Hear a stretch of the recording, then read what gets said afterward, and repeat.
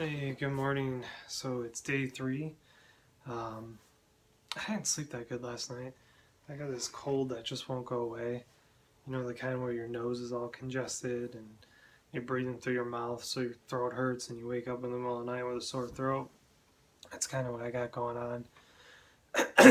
But so this month is Mental Health Awareness Month, and I promise I didn't plan to do this during this month. Um, it's just a happy coincidence. I just happened to be reading this in my book and thought I would give it a shot. But since it is Mental Health Awareness Month, I think it's very fitting that most of the stuff I'm probably going to be talking about has to do with my mental health.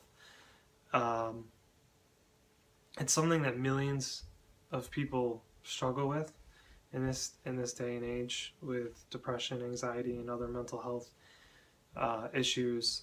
And the thing that's really kind of difficult about them is you can't necessarily tell which people are hurting, or which people are struggling. It's not like there's this outward appearance that changes with some other health issues that you might come across. So it does make it difficult. And if you haven't struggled with any mental health issues before, it becomes really hard to kind of cope and understand with and empathize with people with what they're dealing with and what they're going through, because it is in your mind, and you almost want to feel like, well, just change your mind, just stop thinking that way or stop feeling that way, and it just doesn't work that way. You can't just simply stop or be happy or stop worrying. It's so much more nuanced than that.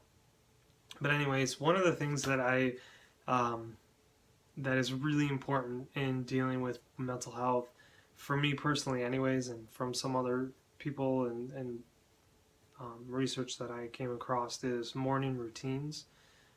Sleep obviously is huge, but the morning routine is so key.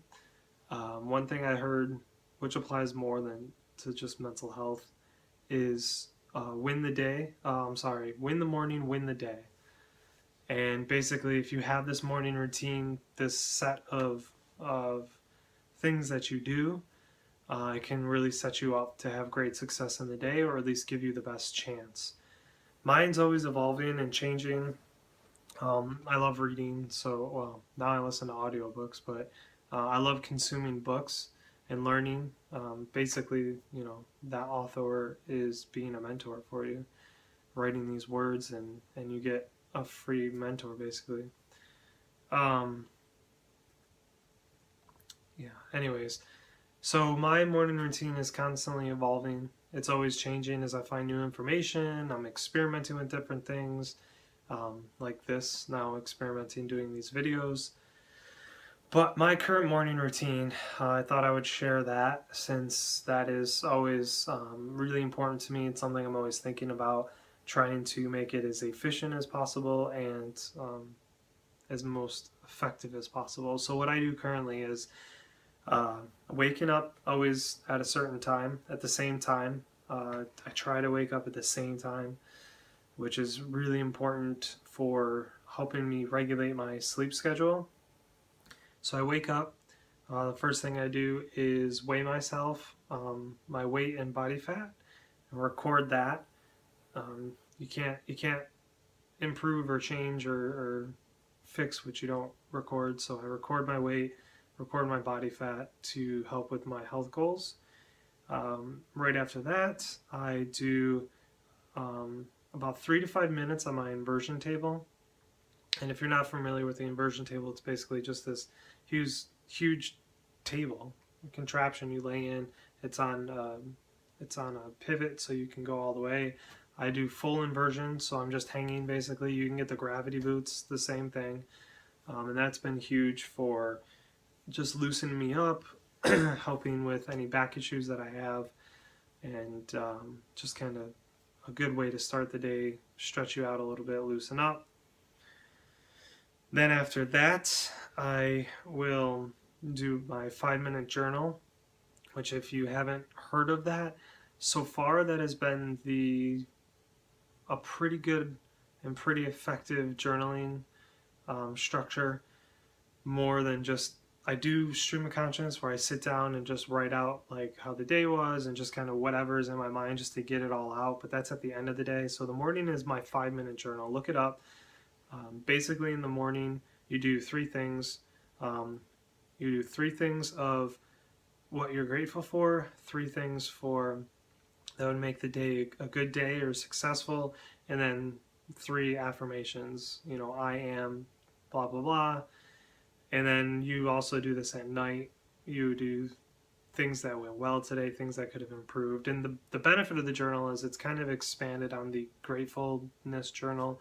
You'll see tons of variations out there, but the 5-minute journal focuses on things you're grateful for, things that you can consider at the end of the day, if you've done those three things, that it was a successful day, and then also just reassuring yourself through affirmations. So especially for me, it's good to, you know, reassure myself, okay, you're loved by many, you're valued by many, you know, things of that nature, like you are good enough, stuff like that. One of the best things that I've heard when it comes to, somebody posted this and I can't remember. I wish I could get credit to all these sayings and stuff.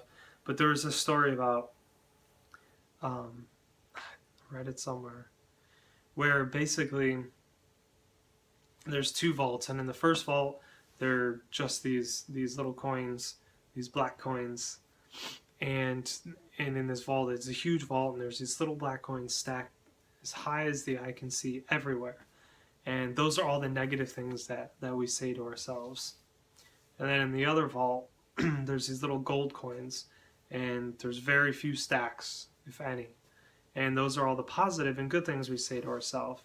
And since we can't necessarily stop the negative things, what we want to do is focus on continuously saying more good things to ourselves to fill that other vault. So it's a really good visual for me, to help me kind of conceptualize this idea of negative self-talk. Anyways, this journal helps with that. And then after that, I sit for mindfulness meditation, 10 minutes to 30 minutes, depending on how much time I have.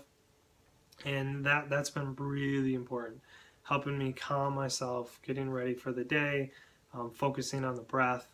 I do use the Calm app. I find those guidance to be really good. A lot of them are focused more on anxieties and stuff like that, loving kindness, and just focusing on the breath. A lot of times I'll do just silent meditations, focusing on my breath. But yeah, so that's my morning routine. Weigh myself, record it, do my inversion table, the 5-minute journal, and then of course the mindfulness exercises to really hone in on not allowing myself to escalate my emotions through the day. And those things help a lot. That is my current routine. I used to have way more, and it was just too much, and I ended up just waking up and feeling like I had so much to do already. This kind of allows me to do it at a slower pace, to relax, to do what its intention is for.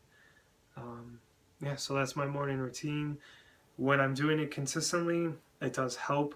I find it allows me to be a lot more successful in the day at kind of curbing these mental health issues. And when I'm traveling, I try to stick to them as best as I possibly can. It's harder when it's different time zones to wake up and to have the time to do that. But I would say I'm 70% successful.